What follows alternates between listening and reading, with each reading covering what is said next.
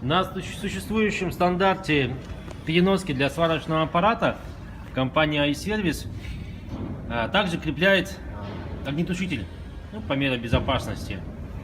Стоит отметить, что огнетушитель должен быть закреплен именно так, чтобы при необходимости его всегда можно было быстро извлечь. Вот, на данном примере, как вы видите, он закреплен на резинках. Они очень легко снимаются в экстренном случае. Безопасность прежде всего. Спасибо за внимание.